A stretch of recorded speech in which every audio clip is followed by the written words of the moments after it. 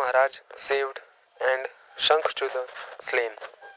One day the cowherd men travelled to Ambikavan by bullock cart to worship Lord Shiva on the occasion of Shivratri. After arriving at the Ambika forest, the cowherd men bathed in river Saraswati and devotedly worshipped Lord Pashupati and his consort goddess Ambika. The cowherd men then gave the Brahmanas gifts of cows, gold, clothing, and cooked grains with mixed with honey.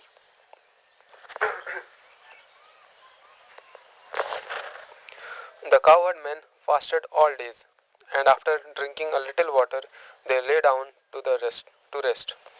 During the night, a huge and extremely hungry snake appeared from the jungle. Slithering up to where Nand Maharaj was sleeping, the snake began to devour him.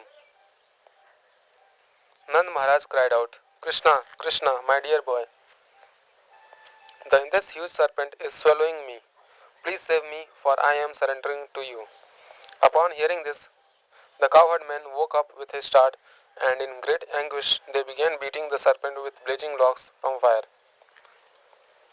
But even though he was being burnt, the serpent would not release Nand Maharaj. Krishna then came and touched the serpent with his lotus foot, destroying all of its sinful reactions in an instant. Giving up its reptilian body, the serpent appeared in the form of a Vidyadhar and offered his obeisances to Krishna with great humility. Lord Krishna then asked, "My dear sir, you appear so wonderful, glowing with great beauty. Who are you? Who forced you to accept such a terrible body?" The serpent replied, "I am a well-known Vidyadhar named Sudarshan. I was very opulent and beautiful, and I used to wander everywhere in my airplane. Once I saw some unattractive sages in the dynasty of Angira Muni. Being proud of my beauty, I ridiculed them, and because of my sin, they made me assume this lowly form. It is actually for my benefit that those merciful sages cursed me, for now I have been touched by the lotus foot of Supreme Spiritual Master of all worlds, and relieved of all inauspiciousness. My dear Lord, you destroy all fear for those who take shelter of you. Now because I have been freed from the sage's curse by the touch of your lotus foot, please let me return to my planet. O Lord of the devotees, I surrender unto you. Please command me as you will." After receiving permission to depart, Sudarshan circumambulated Krishna, bowed down to offer obeisances, and then returned to heavenly planets. The inhabitants of Vraj were amazed to see Krishna's prowess. After completing their worship of Lord Shiva, they returned to Vrindavan, describing Krishna's wonderful pastimes all the while. Once, some time thereafter, on the full moon night of Holi, Krishna and Balram went to the forest, along with the gopis, to enjoy their pastimes. Krishna and Balram sang in a wonderful way, utilizing the entire range of musical expression, and their singing brought happiness to the ears and minds of all living beings. While listening, the gopis completely forgot themselves, so that they did not even notice how their fine garments were becoming loose and their hair and garlands disheveled. A servant of Kuvera named Shankhachud then came upon the scene.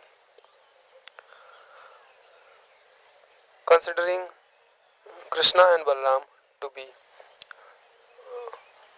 Considering Krishna and Balram to be ordinary boys, Shankhachud thought that he should be the enjoyer of the gopis. Even as Krishna and Balram looked on, Shankhachud took charge of the women as if he were their husband and started taking them away towards the north. Hearing their cries of Krishna, Rama, and seeing how the gopis appeared just like cows being stolen by a thief, Krishna and Balram chased the demon.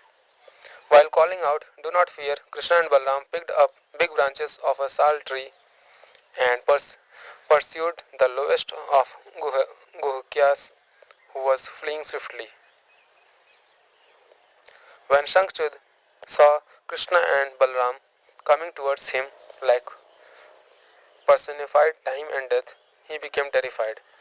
Considering them too powerful, he abandoned the women and ran for his life. Lord Govinda chased the demon, being eager to get the jewel that was shaped like a conch shell that he wore on his head. Lord Balram stayed with women to protect them. Krishna soon caught up with the demon, and with his feast he severed his head, along, along with the jewel. Lord Krishna then took the jewel and presented it to Balram with great satisfaction as the gopis looked on.